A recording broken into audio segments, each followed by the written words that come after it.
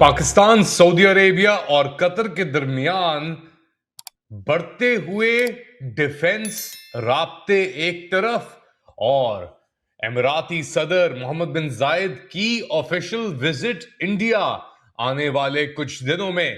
Late Ali show you के इस episode में आप सबको खुशामदीद। Do like, subscribe and share this content. बात शुरू करते हैं मोहम्मद बिन जायद की अनकरीब हिंदुस्तान का दौरा, जिसके दौरान जो उनकी non oil based trade volume है जो तकरीबन 36 अरब डॉलर तक पहुंच गई है, उसके अंदर और इजाफे की तवक्को की जा रही है और मुआहदे साइन किए जा रहे हैं। यह तवक्को है कि और मुआहदे साइन किए जाएंगे, मगर एक अहम चीज इसके अंदर अब आ रही है कि जो जिस तरह सऊदी अरब ने सफाया किया यूएई का, उनके बैकर्स का यमन के अंदर, अब सूडान की तरफ रुख है। इसी तरह साइड बाय साइड पाकिस्तान और सऊदी अरब के दरमियान स्पेशली जो डिफेंस इक्विपमेंट की फ्लाइट्स हैं, अकॉर्डिंग टू फ्लाइट ट्रैकर्स, वो कतरी C-17 ग्लोब ट्रॉटर्स अब बेसिकली उनको ट्रांसपोर्ट कर रहे हैं। मैं इससे पहले ही बात कर चुका हूं, मगर उसके बाद अब कुछ और डिटेल्स आ रही हैं। यमन के अंदर तो ये अपना प्रोजेक्शन चल ही रहा है, मगर सूडान को लेकर भी अब सऊदी अरब बहुत ही अग्रेसिव हो गया है एक तरफ। दूसरी जानिब पाकिस्तान और सऊदी अरब के दरमियान अब लग रहा है एक नया चैप्टर शुरू होने के लिए जा रहा है। एक डिफेंस मुआहदा तो उनके दरमियान नवंबर से ही मौजूद है, मगर एमबीजी की जो ये हैसियत थी और स्पेशली जो फील्ड मार्शल आसिम मुनीर की के दिल में और दिमाग में जो अहमियत थी एमबीजी की और मुत्तहदा अरब अमीरात की, वो अब थोड़ा बैक सीट ले रही है पाकिस्तान की इस्टेब्लिशमेंट के लिए। तो इसका क्या मतलब है? इसका एक तरफ यह मतलब है कि जो ड्राइव कर रहे थे फील्ड मार्शल आसिम मुनीर जिस पॉलिसी को, वो शायद अब थोड़ा अबेंस में तो नहीं जाएगी, क्योंकि याद रखें यूएई ने बड़े क्रिटिकल इंफ्रास्ट्रक्चर्स के अंदर पाकिस्तान के अंदर इन्वेस्ट किया हुआ है, चाहे वो पोर्ट्स हों, चाहे वो एयरपोर्ट्स हों, चाहे वो और दीगर बेसिकली टेलीकॉम इंफ्रास्ट्रक्चर के अंदर। तो जितनी यूएई की पेनिट्रेशन है पाकिस्तान के इंफ्रास्ट्रक्चर के अंदर, उतनी शायद सऊदी अरब की उस तरह नहीं है। लेकिन इस वक्त एक बड़ा रेडिकल चेंज आ रहा है, स्पेशली सऊदी अरब की जो मूवमेंट थी यमन के अंदर, जहां पे उन्होंने सदर्न ट्रांजिशनल काउंसिल को अटैक किया और फिर उनके जो लीडर थे एदरूस साहब, वो भाग गए सोमालीलैंड और वहां पे अमीराती बेस से उन्होंने एक जहाज पकड़ा और वापस वो अबू धाबी चले गए। तो अब ये भी बात सुनने में आ रही है कि शायद मुत्तहदा अरब अमीरात जो है वो सोमालीलैंड को कहीं तस्लीम ना करने जा रहा हो अगले कुछ दिनों के अंदर। उससे पहले इस ट्रिप के ऊपर ये एक निगाह मारते हैं और देखते हैं मोहम्मद बिन जायद और हिंदुस्तानी वजीर आजम नरेंद्र मोदी। एक तो ये ट्रिप हो रही है, एक और आपके लिए मैं बड़ी अहम खबर मुझे मिली है, वो भी मैं आपको शेयर कर देता हूं। नेतन्याहू साहब का आने का इरादा है इंडिया, या आने का इरादा था इंडिया। स्टेट विजिट उनकी जो है वो बेसिकली बहुत ही तेजी से अब बढ़ने का था अंदेशा कि जी अपना मोदी साहब और इनके दरमियान मुलाकातें होंगी, मगर शायद वो थोड़ा एक हफ्ता 10 दिन इस तरीके से थोड़ा डिले हो जाए।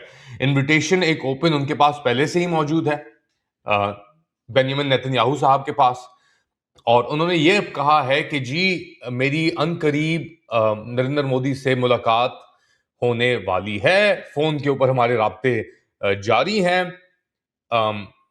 बेसिकली जो ट्रिप थी इसको 6 डे ट्रिप जो थी उसको इन्होंने थोड़ा सा डिफर किया था, क्योंकि वो सिक्योरिटी को के मसले चल रहे थे और भी बहुत सी चीजें हो रही हैं। अभी उन्होंने गाजा के अंदर एक बोर्ड ऑफ पीस भी अनाउंस किया है ट्रंप ने, उसके ऊपर भी थोड़ा बहुत चल रहा है। मैं नेतन्याहू को इस वक्त क्यों मेंशन कर रहा हूं? नेतन्याहू को मैं इस वक्त इसलिए मेंशन कर रहा हूं क्योंकि एमबीजी की जो ट्रिप है वो हो रही है इंडिया। नेतन्याहू साहब के राब्ते नरेंद्र मोदी के साथ जारी हैं। एक तरफ सऊदी अरब, पाकिस्तान, एटलीस्ट बज़ाहिर तौर के ऊपर, क्योंकि पाकिस्तान के डबल गेम्स हम जानते हैं, स्पेशली जब इतना फरेब और धोखा हो उस लीडरशिप के अंदर, तो फिर आप किस चीज के ऊपर यकीन कर सकते हैं वो अपनी आप खुद ही अंदाजा लगा लें। लेकिन एमबीजी की ट्रिप होना एक ऑफिशियल ट्रिप होना, और ये भी लिख लें आप कि वो एयरपोर्ट से बाहर भी निकलेगा ऑफिशियली, ऐसा नहीं है कि वो एयरपोर्ट के अंदर ही सब सब कार्रवाइयां हो जाएंगी।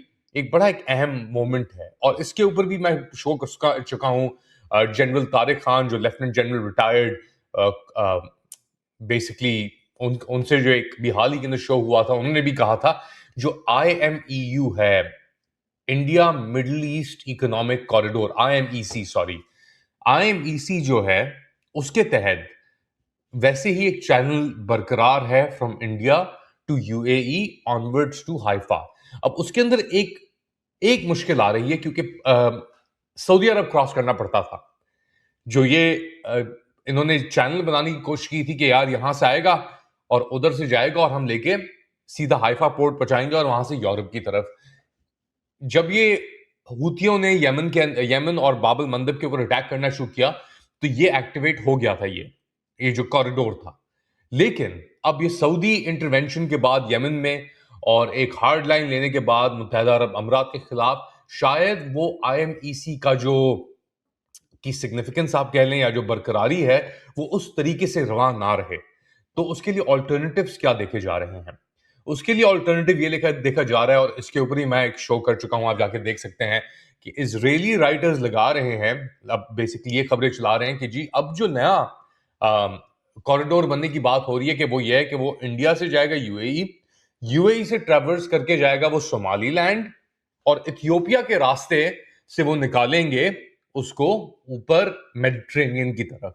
तो एक कॉम्प्लिकेटेड सी एक चीज खिचड़ी बनने के लिए जा रही है, और डिफरेंट कॉरिडोर्स के ऊपर अब तवज्जो भी दी जा रही है। इस पूरे सिलसिले के अंदर अमेरिका की पोजीशन भी थोड़ी मुख्तलिफ फिलहाल नजर आ रही है हमें। किस तरीके से अमेरिका वैसे तो बज़ाहिर तौर पे इसराइल के साथ कंप्लीटली ऑन बोर्ड है, ट्रम्प भी इसराइल के साथ कंप्लीटली ऑन बोर्ड है, मगर जो ईरान के ऊपर हमला रोका गया है, और ये भी कहा जा रहा है कि उसके अंदर पाकिस्तान के बैक चैनल्स को इस्तेमाल किया गया था, उसके अंदर सऊदी अरब की इंटरवेंशन थी, उसको रोकने के अंदर बहुत बड़ा सऊदियों ने भी एक किरदार अदा किया।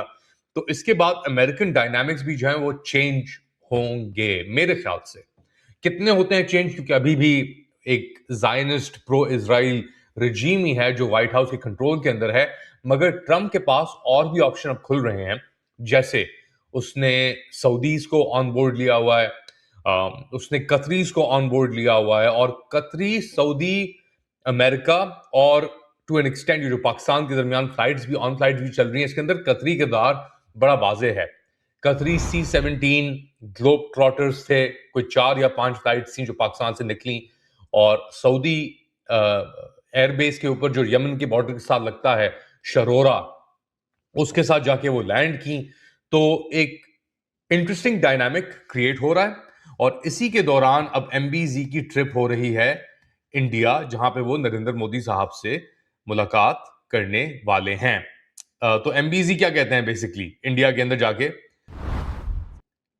वो भी मैं आपको बता देता हूं कि पीर के रोज ये अराइव करेंगे MBZ जो है हिंदुस्तान, और यहां पे इनकी ऑफिशियल विजिट होगी है, और अपनी जो स्ट्रेटेजिक टाइज हैं, इकोनॉमिक टाइज हैं, उनको बढ़ाने की बात होगी।